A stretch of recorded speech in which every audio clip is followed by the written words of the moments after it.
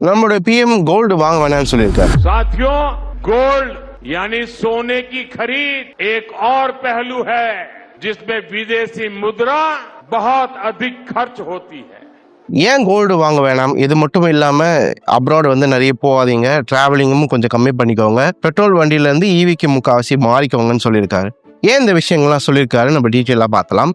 First ஏன் gold வாங்க வேணாம் அப்படின்னு பார்த்தீங்கன்னா, இப்போ ஒரு வருஷத்துக்கு கன்சியூம் பண்ற கோல்டு 90% நம்ம வந்து இம்போர்ட் தான் பண்றோம்.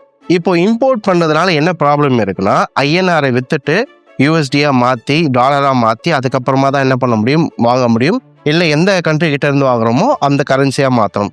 அப்போ என்ன பண்ணுறோம், ருப்பியை நம்ம விற்கிறதுனால ருப்பி வந்து நாளுக்கு நாள் வந்துட்டு சரிஞ்சிக்கிட்டே போகுது. நம்ம பார்த்துருப்போம் ஆல் டைம் லோவில் இருக்கும் ருப்பி. இதனால தான் FISன்னு நம்ம மார்க்கெட்டை விற்றுட்டு நிறைய பேர் வெளில போயிட்டு இருக்காங்க. இன்கேஸ் அதை பற்றி உங்களுக்கு வீடியோ வேணா கூட நீங்கள் FISன்னு கமெண்ட் பண்ணுங்கள், அதை பற்றி போடுறேன் நான். இப்போ இவங்க எல்லாமே போடுறதுனால தான் நம்ம எக்கனாமி என்ன ஆகலாம்னா வளரல, ஒரு ஸ்டேக்னன்ட் ஃபேஸில் இருக்குது. சரி, அப்போ என்னன்னா கோல்டு வாங்குறத கம்மி பண்ணால் நம்ம ருப்பி கொஞ்சம் ஸ்டேபிள் ஆகிறதுக்கான சான்சஸ் இருக்குது. ரெண்டாவது பாயிண்ட் என்னன்னு பார்த்தீங்கன்னா ஆயில்.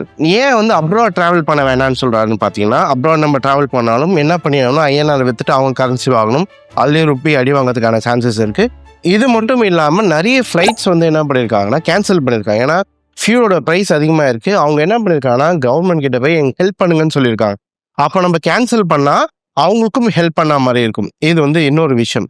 லோக்கலில் ஏன் பெருசாக ட்ராவல் பண்ண வேண்டாம் அப்படின்றாங்கன்னா, இப்போ நம்ம பார்த்துருப்போம் இந்த ஆயில் கிரைசிஸ் வந்துச்சு, யூஎஸ்க்கும் ஈரானுக்கும் வார் வந்தபோது பல இடங்கள்ல பார்த்தீங்கன்னா 25% 60% வரைக்கும் என்ன இருக்குன்னா ஃபியூலோட ப்ரைஸ், பெட்ரோல் விலைலாம் ஏறி இருக்கு. ஆனால் நம்ம கிட்ட வந்து பெருசாக ஏறல, ஏன்னா கவர்மெண்ட் வந்து பேர் பண்ணிட்டு இருந்தாங்க. இன்கேஸ் இது கண்டினியூ ஆச்சுன்னா கண்டிப்பாக வந்து ஃபியூல் ப்ரைஸஸ்லாம் ஏறதுக்கான சான்சஸ் இருக்கு.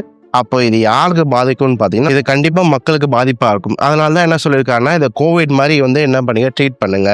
நிறைய பேருக்கு யார் யாருக்கு வந்து ஒர்க் ஃப்ரம் ஹோம் கொடுக்க முடியுமோ அவங்களுக்கு கொடுங்க. ஆயில் என்ன பண்ணலாம், சேவ் பண்ணலாம் அப்படின்ற ரீசனுக்காக தான் இந்த விஷயங்கள்லாம் கொடுத்துருக்காரு. ஸோ அதனால இது வந்து பேனிக் ஆகி நம்ம எல்லாத்தையும் வித்துட்டு அப்படியே போகணும்னு அவசியம் கிடையாது. இது என்னன்னா அவேர்னஸ்க்காகவும் ஒரு சேஃப்டி மெஷர்ஸ்க்காகவும் தான் இந்த இது சொல்லியிருக்காரு.